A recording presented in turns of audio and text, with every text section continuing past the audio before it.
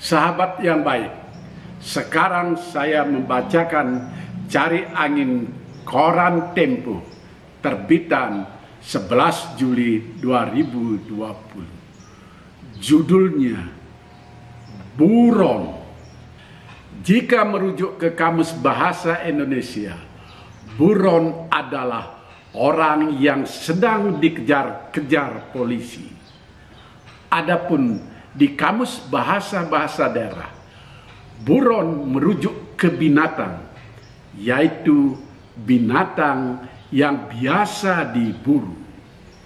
Apapun objeknya, manusia atau binatang, buron harus pandai-pandai ngumpet. Tapi ini tidak berlaku untuk Joko Chandra. Dia sudah berstatus buron sejak vonisnya diperkuat Mahkamah Agung dengan pidana 2 tahun penjara pertengahan Juni 2009. Ia terbukti bersalah melakukan korupsi dalam perkara cesi Bank Bali. Dikabarkan dia kabur ke Papua New Guinea, tapi dia bisa masuk ke Indonesia lagi dengan aman. Joko bahkan mencari kartu tanda penduduk baru di Kelurahan Grogol Selatan, Jakarta. Di hari yang sama, dia mendaftarkan peninjauan kembali perkaranya di Pengadilan Negeri Jakarta Selatan. Petugas kelurahan, panitera pengadilan, dan orang-orang yang banyak berseliweran di kedua instansi itu, tak ada yang mengenal Joko Chandra. Padahal dia buron. Cuma ada yang malu. Menteri Koordinator Politik, Hukum, dan Keamanan, Profesor Mahfud MD. Malu kalau negara ini dipermainkan oleh Joko Chandra, kata Mahfud. Lalu Mahfud berniat untuk menghidupkan kembali tim pemburu koruptor. Sebuah tim pemburu yang dibentuk pada pemerintahan Susilo Bambang Yudhoyono. Bagaimana dengan kejaksaan yang tugasnya mengeksekusi terpidana? Jaksa Agung Burhanuddin mengakui kecolongan. Kami memang ada kelemahan.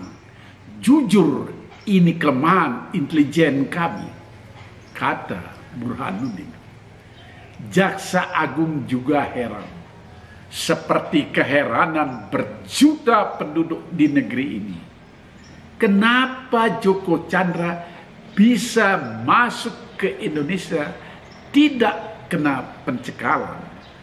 Yang tenang-tenang saja adalah Menteri Hukum dan Hak Asasi Manusia Yasona Laoli, termasuk jajaran imigrasi yang dibawahinya.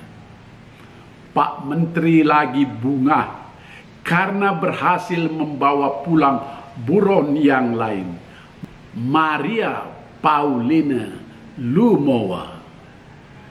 Maria ini pembobol bank BNI sebesar 1,7 triliun pada 2002. Menteri Yasona sendiri yang menjemput Maria ke Serbia untuk dibawa ke Indonesia. Jadi memang pantas rasa puasnya masih lebih besar ketimbang rasa malu seperti Mahfud. Namun yang paling merasa tenang tentu buron lain. Misalnya Edi Tansil. Masih ingat dia?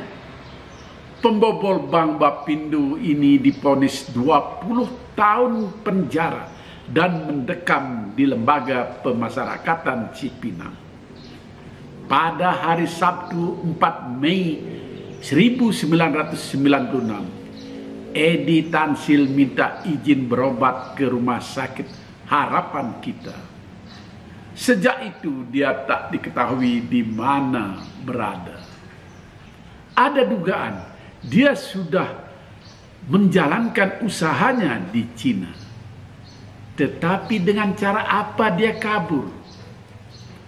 Jangan-jangan Edi Tansil masih ada di negeri ini. Orang sudah melupakannya. Joko Chandra dan Edi Tansil itu buron lama.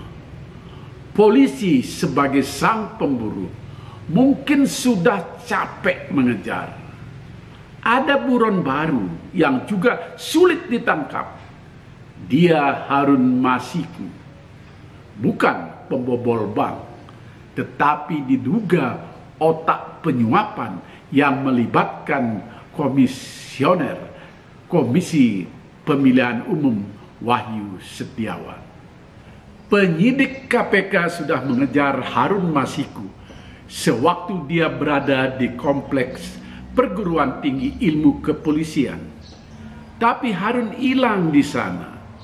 Sampai kini kader PDI Perjuangan itu tak jelas keberadaannya. Yang menarik, ada pernyataan dari Koordinator Masyarakat Anti Korupsi, Boyamin Saiman. Dia meyakini kalau Harun Masiku telah meninggal dunia selama pelarian. Tak disebut apa terpapar COVID-19. Yang pasti pernyataan ini memberi kesan, ayo lupakan Harun Masiku. Para buron nampaknya semakin cerdik. Seharusnya para pemburu lebih cerdik lagi menyusun siasat dan melibatkan antar instansi. Arti kata buron pun dalam Kamus Bahasa Indonesia diubah saja. Buron itu tak hanya dikejar oleh polisi, tapi oleh seluruh aparat hukum. Bahkan masyarakat wajib membantu memburu buron.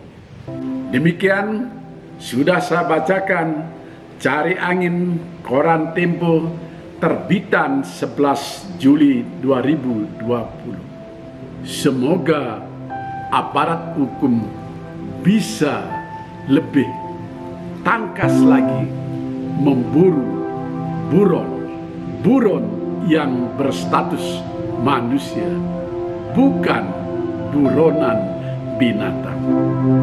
Sampai jumpa.